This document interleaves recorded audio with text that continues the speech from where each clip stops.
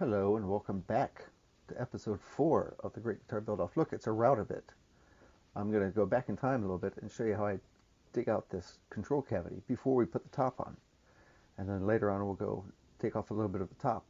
This is just because I don't have a router deep enough to go that deep, into the body. And there it is. I've already drilled out a little bit of it, take some of the mass out of the wood, and then we'll go through there with a flush trim bit. Flush trim bit, I can never remember the name of that, and go around this crudely built template. It's just a control panel, so a control cavity, so it's, as long as it has enough room for the junk in it.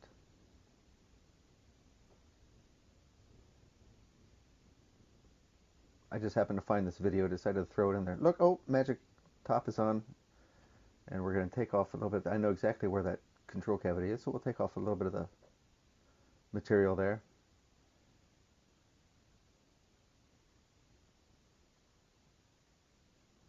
And yeah, I don't have any more of that. Here, we're using a laser to get that neck pocket sort of there nice and straight. I put the neck blank on there, or the neck, it's not a blank anymore. Make sure it's nice and straight.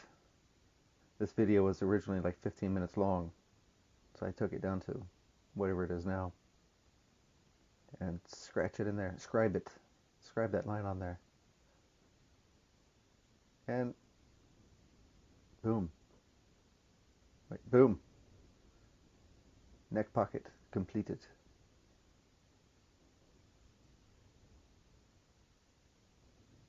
Make sure everything's clamped down nice and tight.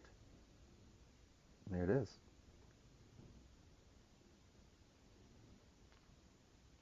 Now we'll test it out.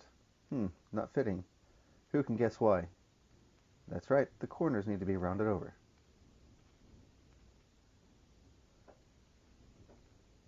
It's a gentle rounding over of the corners.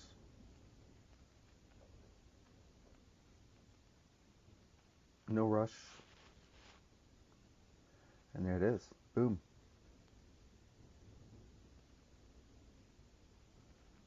That felt really good to see that thing finally on there. It's getting 6 bolts, so it's 6 screws. I'm not worried about it being loose.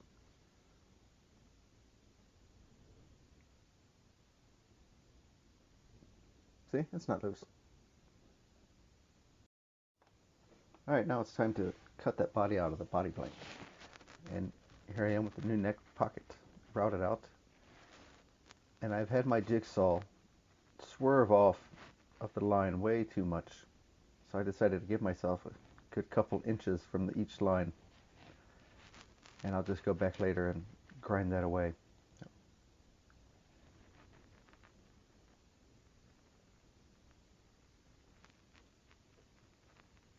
First cut. And the last cut. Now I got a rough blank out. It's time to get that, what is that called, a violin cheek, a rib? I don't know what that thing's called. Using a spade bit. Take it down through there, wait till that point pokes out the bottom. See? Do the other one. I'm being careful not to go all the way through so it doesn't rip out the back of the wood there. Flip it, there it is, tiny little hose poking out. Just go through from this side. Get a nice clean cut. This will help with cutting out the size of that. I could have gotten it closer to the line, but I was happy with where I put it. See?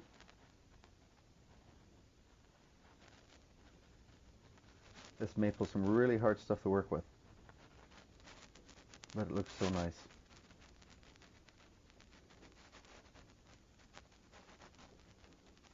Now we're gonna stick the template back onto the body using masking tape and super glue method everybody's seen before. And then we're going to use a router with a bearing to right along that template.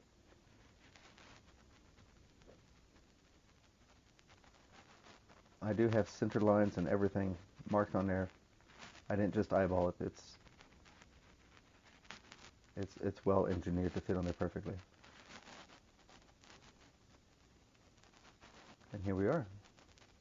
Just take your time on this. A lot of people have tear out when they're playing with a router. It's not a toy. Router's not a toy. When you're using a router, you get tear out and stuff. I have yet to have that happen to me. I'll put that in a video whenever it happens. But until then, I guess I know what I'm doing. I don't know. Taking my time.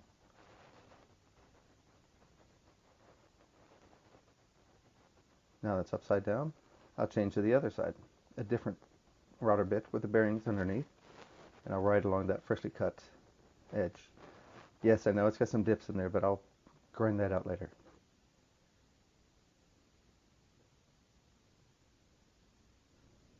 I guess that means that's good. Yes. The body is roughly shaped. And it weighs 16 tons.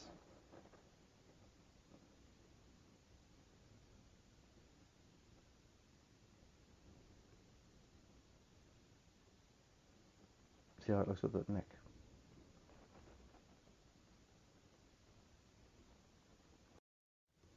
Okay, I wanted to put binding around the body. And I've never done binding before, but I have a router bit to do it. So we're going to use this router bit. It's 1 millimeter deep by 5 millimeters long. And, well, it'll cut a 1 millimeter deep recess. And it's 5 millimeters deep. Or, yeah, long. Yeah, you got it. So I'll use that to go around the edge and cut the channel. But I'm going to have it a little deeper. It's not at the very top because I want to carve the body down to the side, to the edge. And it's simple as that. Ooh, look, slow motion, high quality effects.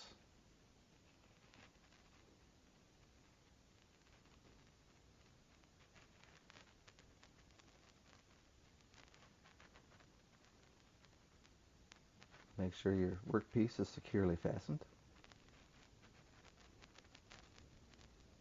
And finish up that last cut.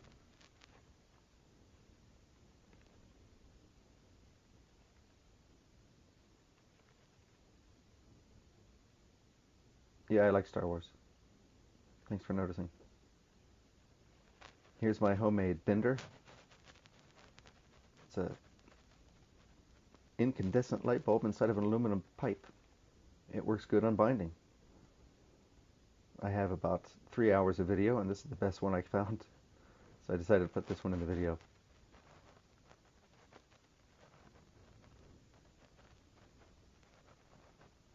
Yeah.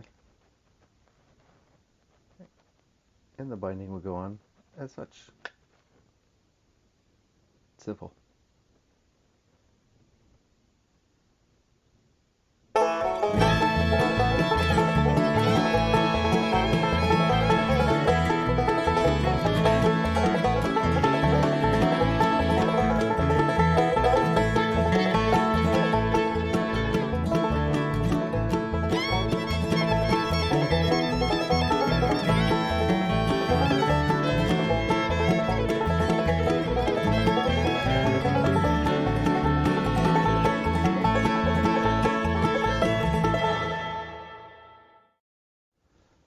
Whenever you're gluing something up and it seems a little complex, even if it's simple, always do a dry fit first. Put everything together and put all your clamps in the right position just to see that will it work if I try to clamp this thing down or tape or whatnot. I wanted to use clamps because there's a little spring on that piece. And it worked. This is how I did it. After you got your piece bended to the right shape. Now, mind you, I did not make this piece where it fits perfectly on there. There's a little bit of a spring to it, but not enough to worry about. Put a liberal amount of super glue on there.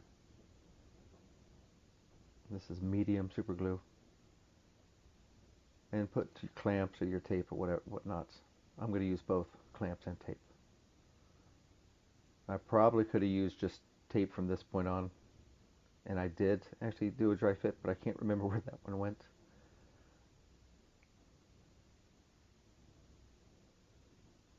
Here's where I start to get a little nervous because I've got super glue all over my fingers and the C-clamp is just not catching.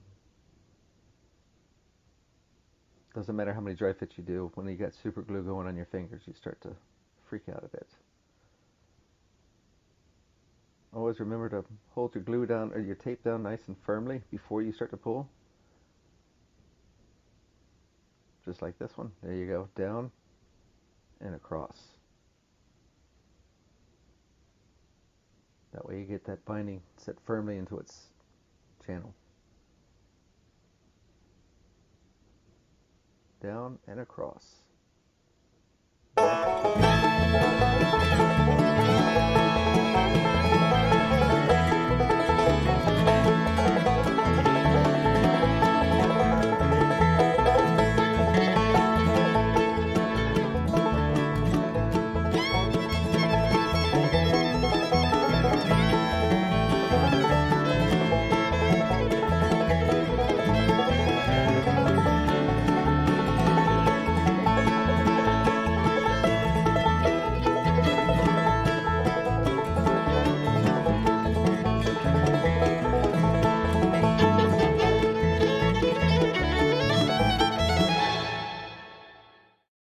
Now my favorite part of guitar build is the neck carve. It's getting that back of the neck nicely. Huh? Now, a lot of people use different ways of doing it. They have templates and spoke shaves and whatnot. I like using the facet method, where you draw a line in between the center line of it and along the center of the side of it, and there you go, the center. It's just eyeballing. And then using a file or a rasp or sandpaper or chisel or spoke shave or whatever you got, go between those two lines and start making facets.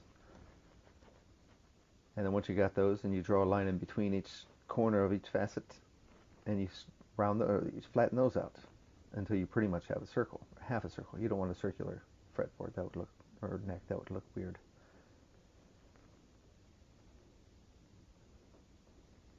Now when I carve a neck, I do a lot by eye. I don't do measuring stuff. It's just all about feel. I know somebody's going to be like, but this is the way I do it. Get that facet down nicely. Get the heel.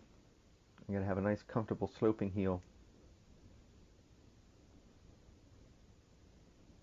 Look at that flamed maple.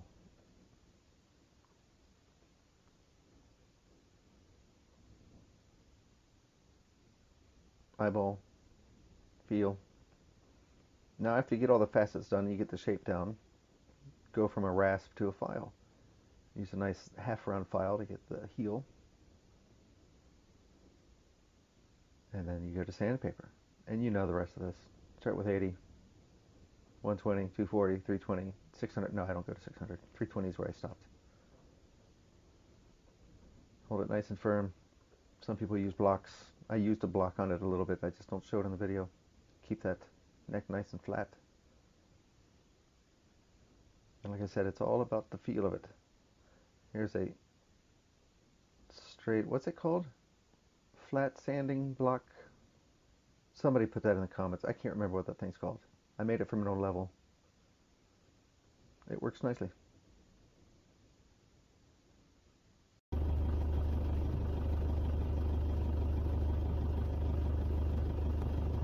Liquid hot magma.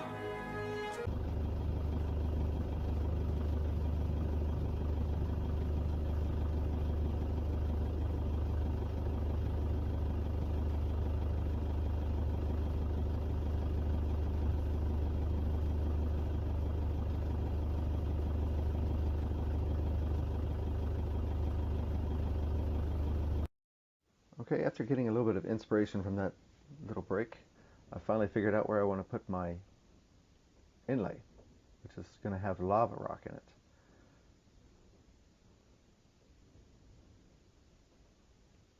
Start out with cutting it out, and I use my little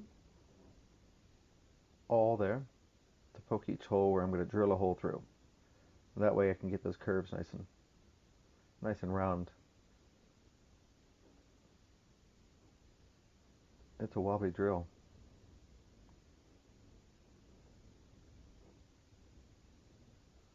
Now I'm going to go straight to getting a piece of rock off of this lava. Now, remember, when I got this lava, it was probably only about 8 hours old. It doesn't actually look that green. Just the camera made it look that green. I know it looks like, I don't know. It doesn't look that gross. It looks really cool.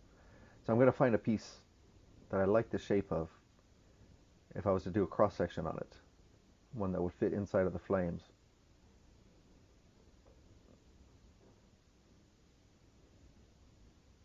I think I just ended up breaking it and trying to find a piece.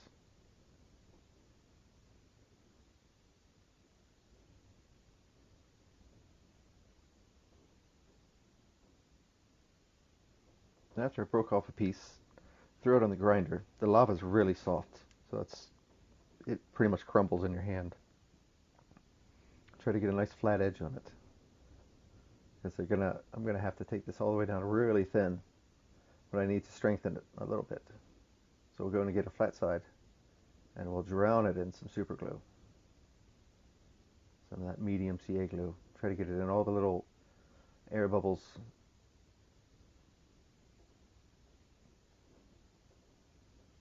Looking for the kicker. Oh no, we're gonna poke. Yeah, make sure you get all the little air bubbles out. And now I'm going to super glue it onto this piece of wood, use as a handle, so I can take it down even more. Make it nice and thin. Hopefully it doesn't fall over. Don't fall over. There you go. There's the kicker. Now we're going to grind it down, get its final thickness.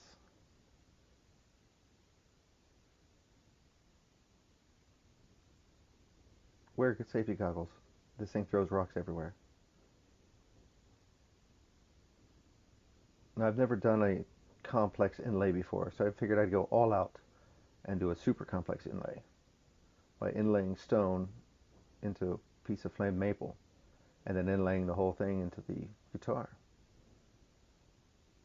I had already traced out, inscribed out. Look, that thing's getting really wobbly. Why is that? Do I need a new drill? Or is it a drill bit? I don't know. Coping saw.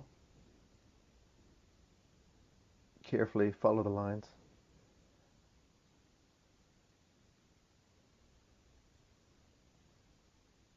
And take out what you need.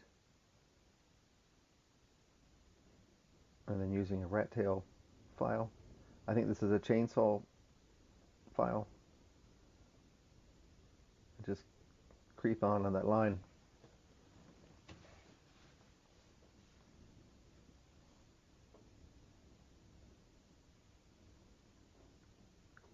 And after it's been super glued in, we're going to grind it down, make sure it's nice and flush with the wood. Trying my best not to hit the wood.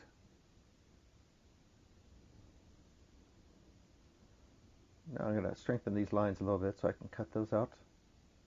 And then we can get it all cleaned up and ready to inlay.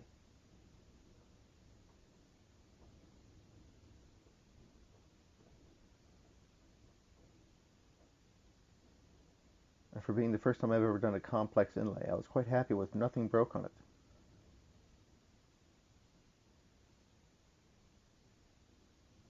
Use some tiny files to get those edges nicely. Sandpaper.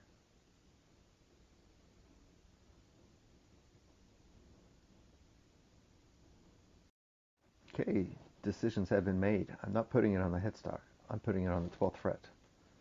And I've already read, oh look, there's a Dremel tool with a router attachment. Plunging router thing. And there we go. I'm going to route that out using 2mm Dremel bit. I wish I could found a smaller one, but you know, you use what you get. Get what you use. Beggars can't be choosy. I'm setting my depth of how deep I want it. And there's my inlay. It's quite deep, but it works. One thing I noticed on this little plunge router attachment is it's really, oh look, I'm all done. It's really hard to set that depth stop. For those people who work for Dremel, if you're having to watch this, it's annoying. So look, I drowned that thing in super glue and ebony powder to fill up any cracks. I didn't really have too many cracks. I was quite happy with that. And of course that stone I had to completely drown in super glue. And then I just slowly file it down until I'm flush with the fingerboard.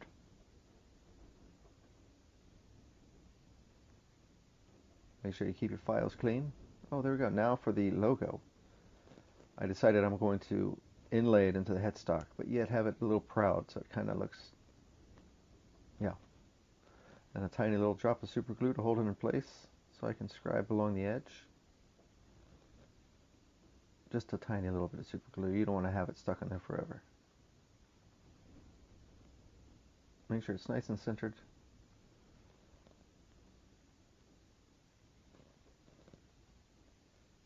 There we go, scribing the edge nice and carefully. And now using that router bit, that router setup, take out what you need.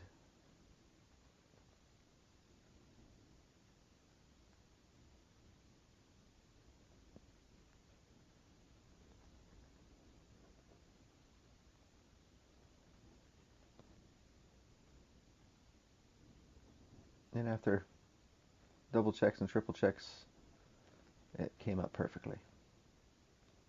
Just cleaning up the edges of little bits that were left there. And we'll see what it looks like. I'm happy. Here's the finished product. Focus. There we go. I'm quite happy with it. First time doing a complex build. I already even have a finish on it. We'll go to the finish, talk about the finish later. Well, this is pretty much it. The next video we're going to be putting the frets on. And, oh, let's look at that shimmer. Look at that. Oh, man. Yeah, next video we're going to be putting the frets on. And the other thing's smooth. Wow, it's really nice. We're gonna put it together. We're gonna play it. That's it. Need to shine out the back a little bit. But she is done. Thank you. Stay tuned for the next video.